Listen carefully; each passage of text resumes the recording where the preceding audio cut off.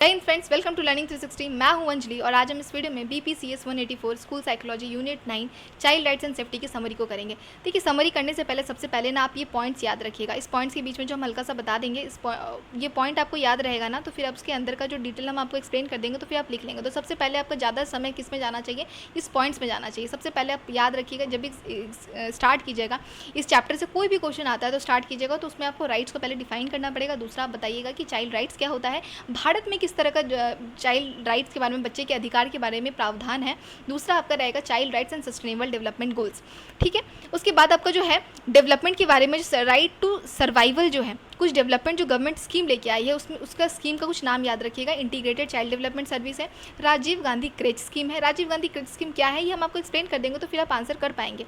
आप नाम याद रखिएगा तो आप इतना काफ़ी है, और एक्सप्लेन करने के बाद आप एक बार वीडियो देख लीजिएगा। Mother and child health program, mid day meal है, राइट टू एजुकेशन है। उसके बाद हमारा आता है right to protection and participation. Protection के बारे में किस किस तरह का प्रावधान है, चाइल्ड लेबर के बारे में, चाइल्ड जो बच्चे, छोटे बच्चे जो काम करते हैं उनकी प्रोटेक्शन के लिए सरकार क्या प्रावधान लेके आई है।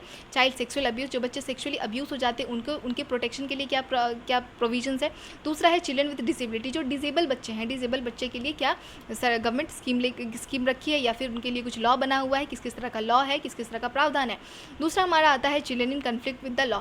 चिल्ड्रन जो छोटे बच्चे होते हैं और वो छोटे बच्चे के साथ जो कन्फ्लिक्ट है ना, लॉ के साथ किस तरह का कन्फ्लिक्ट हो जाता है। बहुत बार होता है ना कि लॉ फेल कर जाती है, एक बच्चे को राइट दिलाने के चक्कर में दूसरे बच्चे के साथ जो राइट्स का फेलियर हो जाता है।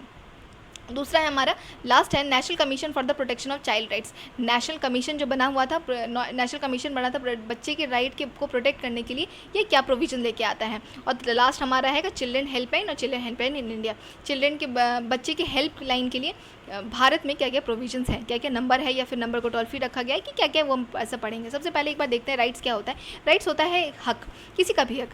जैसे कोई भी आपका जो बेसिक नीड है ना, अगर बेसिक नीड लेने का आपका अधिकार है तो ये आपका हक है, और वही अधिकार को अगर लीगल कर दिया जाए तो ये हमारा राइट्स बन जाता है। जो बेसिक नीड से राइट बनाना, वो अगर उसको लीगली उसको ग्रांटेड कर दिया गया हो, इन्फोर्स कर दिया गया हो, ऑब्लिगेट कर दिया हो कि ये करना ही पड़ेगा। स्टेट के द्वारा अगर कोई भी राइट, कोई भी नीड आपको प्रोवाइड किया जाता है और ऑब्लिगेशन के थ्रू की कंपलसरी है, मतलब वो आपका अधिकार है, वो राइट्स है। ठीक है, बच्चों का क्या अधिकार है। छोटे बच्चे जो होते हैं, जनरली बच्चे इनोसेंट होते हैं, बहुत वल्नरेबल होते हैं। कोई भी प्रॉब्लम होगा, सबसे ज़्यादा प्रॉब्लम किसको होगा, छोटे बच्चे को होगा। इसीलिए बच्चे को सेफ रखना, हाइजीन से बचा के रखना ज़्यादा इंपॉर्टेंट है। बहुत वल्नरेबल होते हैं और बहुत ज़्यादा सेंसिटिव भी होते हैं। थोड़ा भी अब्यूज़ होगा तो बच्चे पे ज़्यादा इफेक्ट पड़ता है।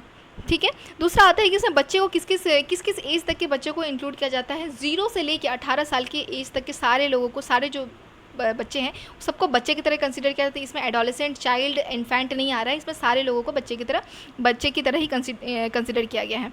UNCRC जो है आपका, United nation convention on the rights of the child, ये इंश्योर करता है कि कोई भी बच्चा हंगर में एक्सपोज ना, कोई बच्चा भूखा ना रहे, मेल न्यूट्रिशन ना रहे, और जो भी बच्चा है सबको इक्वल अफोर्डेबल फ्रीडम मिल सके, उसका मिनिमल एंटाइटलमेंट मिल सके, पढ़ाई, राइट टू एजुकेशन हो सके, बच्चा को इक्वल अधिकार हो पढ़ने का, बिना उसके रिलीजन के बेसिस पे, वेल्थ के बेसिस पे, कलर के बेसिस पे, ओरिजिन के बेसिस पे, किसी भी बेसिस पे डिस्क्रिमिनेशन ना हो।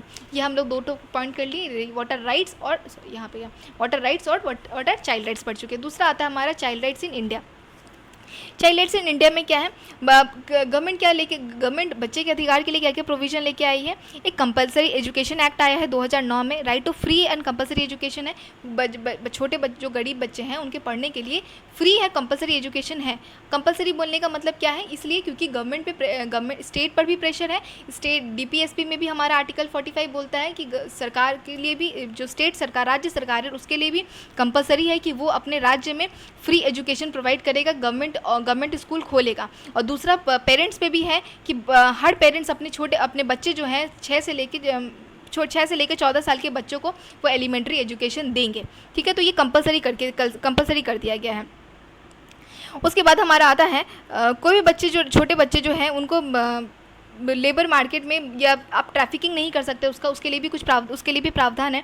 या कोई छोटे बच्चे को आप जैसे वो होता है ना डेंजरस कोई डिज़ास्टर वाला कोई फैक्ट्री है, वहाँ पे बच्चे से काम नहीं करा सकते हैं, ढाबा वगैरह में काम नहीं करा सकते। पर हाँ, किसी बच्चे का अगर आर्ट है, स्किल है, जिसमें उस बच्चे का एकेडमिक स्टडी कोई भी हार्म नहीं होता है, तो हाँ, वहाँ पे बच्चा काम कर सकता है। ठीक है। Child rights and sustainable development goals, यहाँ पे चाइल्ड राइट्स और सस्टेनेबल डेवलपमेंट गोल्स के बारे में बताते हैं। जो हमारा United nation sustainable development goals एक समिट था, कुछ ग्रुप लोग जो हर कंट्री से कुछ ग्रुप के मेंबर्स होते हैं, वो एक क्या बोलते हैं, वो एक मीटिंग करते हैं। उसमें कन्वेंशन मतलब एक मीटिंग ही है, जो ग्रुप ऑफ लोगों का मीटिंग है, उसमें वो कुछ प्रॉब्लम पे डिस्कशन करते हैं। तो यहाँ जो मीटिंग है सस्टेनेबल डेवलपमेंट पे मीटिंग होता है, उसमें वो कुछ 70 सस्टेनेबल डेवलपमेंट गोल्स रखे थे कि ये कुछ डेवलपमेंट हम लोग को लेना है, और लास्ट उसका जो डेडलाइन रखे हैं 2030 तक रखे हैं। उसके बाद हमारा आता है ये स्टेट गवर्नमेंट और यूनियन टेरिटरीज दोनों मिल के ministry of women and child development कुछ गवर्नमेंट कुछ मेजर स्कीम्स लेके आई है। उस स्कीम्स का नाम आप याद रखिएगा, जो बच्चों के बेनिफिट्स के लिए है। जैसे हम आपका आंगनवाड़ी स्कीम है, पोषण अभियान है, स्कीम फॉर एडोलेसेंट गर्ल है, जो एडोलेसेंट गर्ल है जो प्यूबर्टी में जस्ट कदम रखी है, क्योंकि देखिए जो प्यूबर्टी में जो लड़की का कदम रखती है वो बहुत उसके लिए इंपॉर्टेंट एज होता है रिप्रोडक्टिव हेल्थ के लिए। तो इसके लिए एडोलेसेंट गर्ल के लिए उसके हेल्थ के लिए कंसर्न दिखाया, कुछ स्कीम कुछ आया है। एक अभी नया पोषण 2.2 भी आया है, 2.2 भी आया है, उजाला भी आया है। अब पोषण मेरे को, क्योंकि जो आपका पोषण वाला अभियान है, पोषण अभियान आपकी बुक में जो लिखा है वो उतना ही याद रखिएगा। उजाला भी है, बेटी बचाओ बेटी पढ़ाओ, और चाइल्ड प्रोटेक्शन सर्विस स्कीम, ये जो कुछ स्कीम्स है, इसकी स्कीम का याद रखिएगा नाम। और कैलाश सत्यार्थी का नाम मेंशन कर दीजिए। Kailash Satyarthi Nobel peace prize awardee हैं और बच्चों के राइट के लिए ये बहुत बड़ा योगदान दिए हैं। और इसमें आप बचपन बचाओ आंदोलन लिख सकते हैं इनका नाम, जो इनका एक स्लोगन रहा है। ये चाइल्ड लेबर के बारे में बहुत एफर्ट लगाए हैं और मार्च भी किए थे, और जिनके कारण चाइल्ड लेबर को पूरी तरह से बंद भी किया गया था इनके एफर्ट के कारण। ठीक। उसके बाद हमारा आता है right to survival and development. बच्चे के लिए जो देखिए, ऐसा नहीं है कि बच्चे को खाली बस जन्म से पहले बचा देना और बच्चा जब जन्म लिया उसको सर्वाइव करा देना, यहीं तक ख़त्म नहीं होता।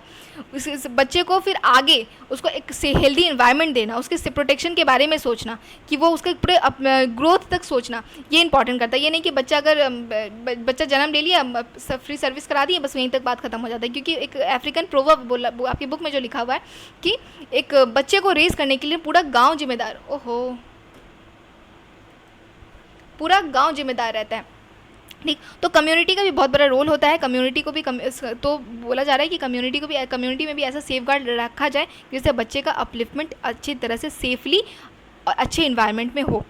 अर्ली चाइल्डहुड केयर होना चाहिए, एजुकेशन होना चाहिए, ये चाइल्ड का राइट्स है अपना। आर्टिकल 45 हम पहले भी डिस्कस किए थे, जिसमें राइट टू एजुकेशन एक्ट आता है, जो स्टेट को इंश्योर कराना पड़ेगा कि वो अपने राज्य में फ्री और कंपलसरी एजुकेशन प्रोवाइड कराएं। ठीक है। और इन एलिमेंट उसके मदर टंग के लैंग्वेज में या फिर वर्नाकुलर लैंग्वेज में। उसके बाद हमारा आता है integrated child development. Integrated child development में आता है कि बहुत सारे जो सर्विस है ना, अलग अलग स्कीम है, वो इंटीग्रेटेड होके बच्चे के राइट्स के बारे में कोई नया प्रोविजन लेके आए, फिर एक साथ इंटीग्रेटेड होके काम करें, मिल के काम करें। राजीव गांधी क्रिच स्कीम क्या है, देखिए यहाँ पे आता है आपका राजीव गांधी क्रिच स्कीम। ये अभी तक से हम ये सारा पॉइंट्स कवर कर चुके हैं। यहाँ पे राजीव गांधी क्रिच स्कीम आता है। राजीव गांधी क्रिच स्कीम में क्या है कि एक कुछ वर्किंग मदर्स लोग जो होती हैं, जो अपने बच्चे को घर में अकेले छोड़ देंगी, इसके लिए एक स्कीम है, जिसमें एक ग्रुप ऑफ लोगों को हर राज्य में है और यूनियन टेरिटरी में हर ग्रुप ऑफ लोगों को कुछ बच्चे को 25 बच्चे को अवॉइड करते हैं कि कुछ एक जैसे ग्रुप है, A group, B group, C group, उसमें 25 बच्चे के लिए 25 बच्चे को देखेंगे 8 घंटे के लिए। जो टाइम पीरियड है आपका सुबह 9 बजे से लेकर 5 बजे तक। ये बस वर्किंग वुमेन को हेल्प करने के लिए है कि बच्चे को अगर कोई उसकी मदर अगर बाहर चली जाती है तो बच्चे के साथ कुछ मिसबिहेव ना हो, बच्चे किसी खतरा से प्रॉब्लम ना हो उनको। दूसरा आता है आपका mother and child health program. Mother and child health program में वही है वापस से कि मदर के प्री नेटल टाइम पे हेल्थ पे ध्यान दिया जाए, और इसमें आंगनवाड़ी स्कीम आ जाता है वापस।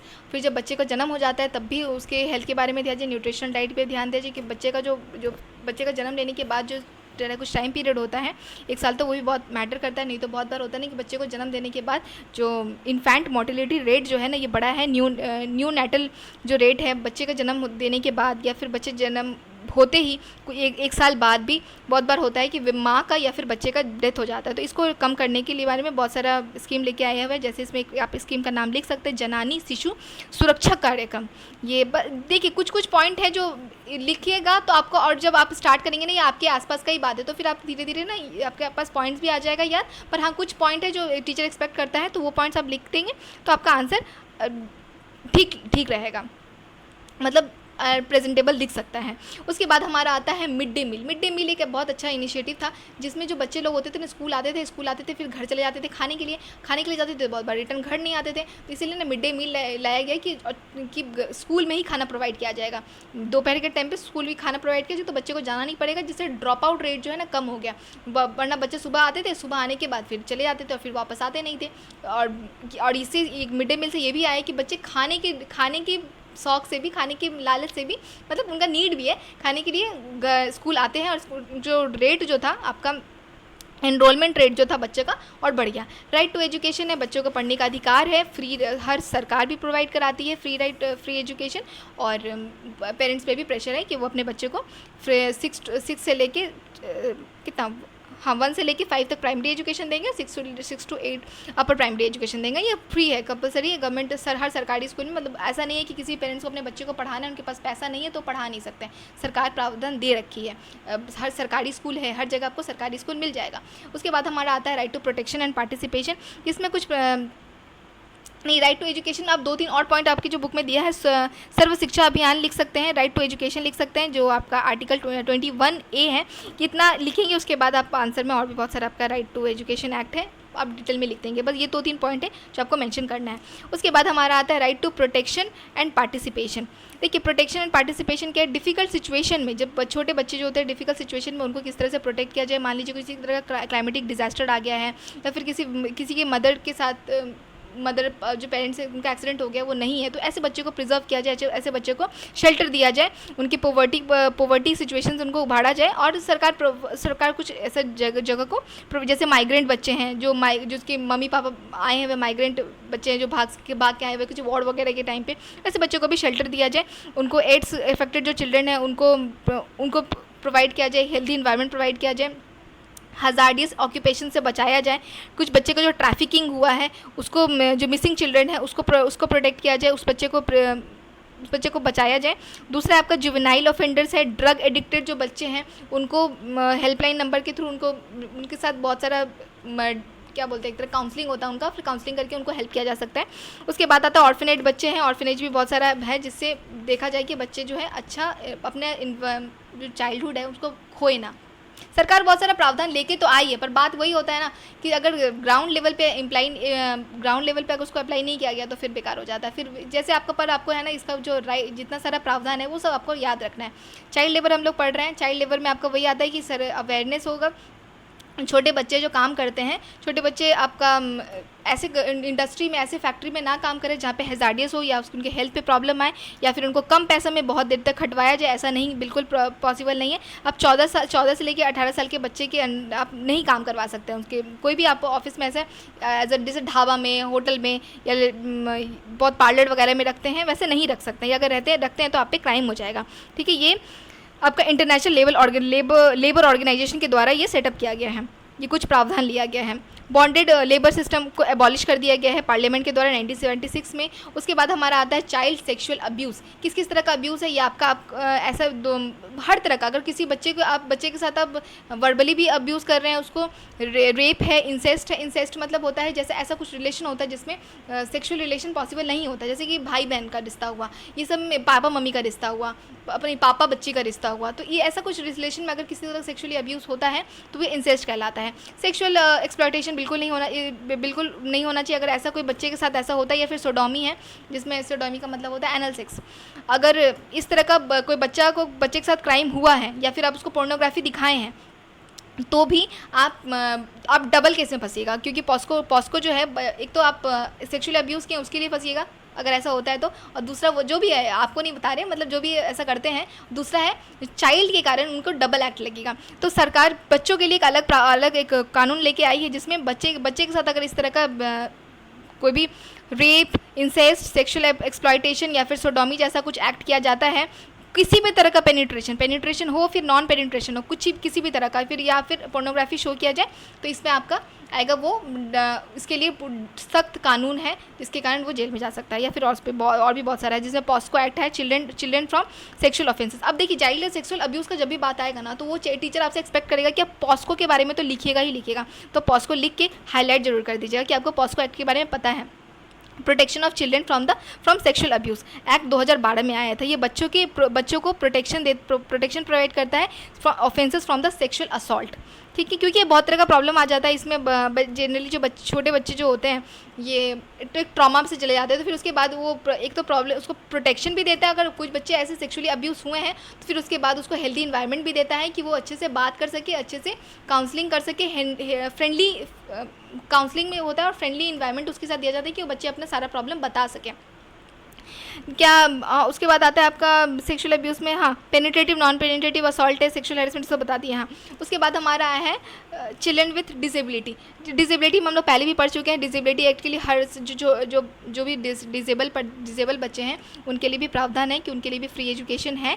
और पर्सन विथ डिसेबिलिटी एक्ट जो 1995 आया था इंश्योर करता है फुल पार्टिसिपेशन, कि हर बच्चों को इक्वालिटी से ट्रीट किया जाए उनके साथ भी, और उनके लिए भी स्कूल का प्रावधान किया जाए, कोई किसी भी तरह का डिस्क्रिमिनेशन ना हो। उसके बाद हमारा आता है children in conflict with the law. देखिए लॉ के साथ कन्फ्लिक्ट हो जाता है जनरली।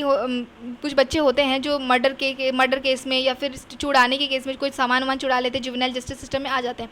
तो ऐसे में कुछ जो बोला जाता है कि उनके लिए भी कुछ प्रावधान हो कि बच्चे का फ्यूचर ना खराब हो। छोटे बच्चे के साथ कुछ फैक्टर्स के कारण ऐसा होता है, जिसमें आपके बुक्स में जो फैक्टर दिया है, तो गरीबी के कारण बच्चे ऐसा काम कर देते हैं, या फिर फैमिली का वो गंदा पुअर कंडीशन देखने के कारण, या फिर कुछ उसको फैमिली का मेंबर अगर क्रिमिनल एक्ट में इंडल्ज रहता है तो वो सीख जाते हैं, या फिर स्कूल ड्रॉप आउट्स होने के कारण, या फिर आसपास के पीयर्स ग्रुप होते हैं वो उनको सही नहीं मिला हो, तो ऐसे बच्चे हो जाते हैं। तो फिर उनके लिए भी प्रावधान बनाया है जुवेनाइल एक्ट जो है हमारा जे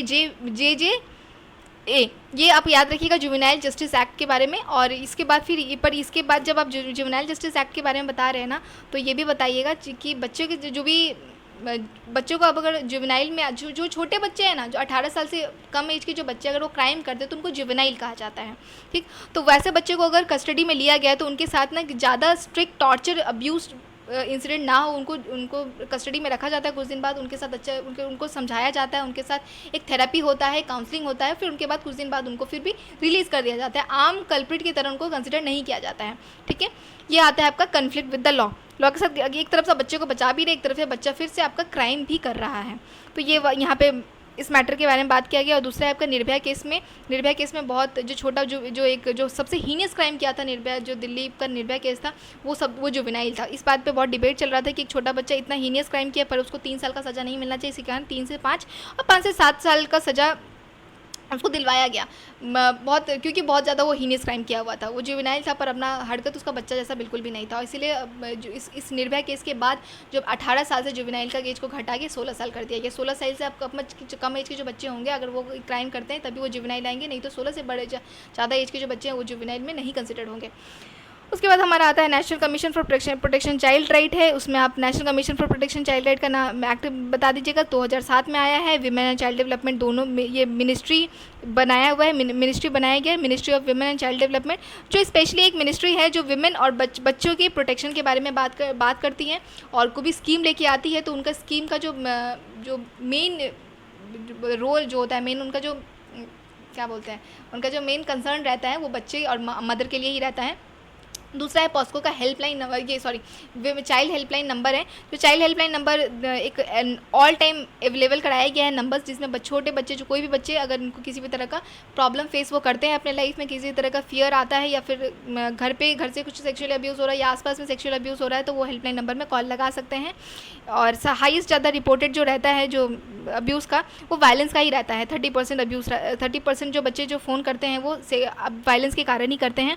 और ऐसे नंबर को इस तरह से रखा गया है कि कोई भी पेरेंट्स उस नंबर को ब्लॉक नहीं कर सकते हैं, सिम के साथ ऐड किया गया है और जिसके कारण वो जो बाय डिफ़ॉल्ट उनके फ़ोन में रहता ही है, ठीक है। और लैंग्वेज को बैरियर ना बनाया गया, इसीलिए हर लैंग्वेज में अवेलेबल कराया गया। जो चाइल्ड हेल्पलाइन नंबर है स्टेट वाइज मतलब लोकल वाइज है, लोकल एरिया वाइज है, कि ऐसा ना हो कि वो बच्चे जिस लैंग्वेज में बोल रहे हो वो समझ ही नहीं पा रहा हो, ठीक।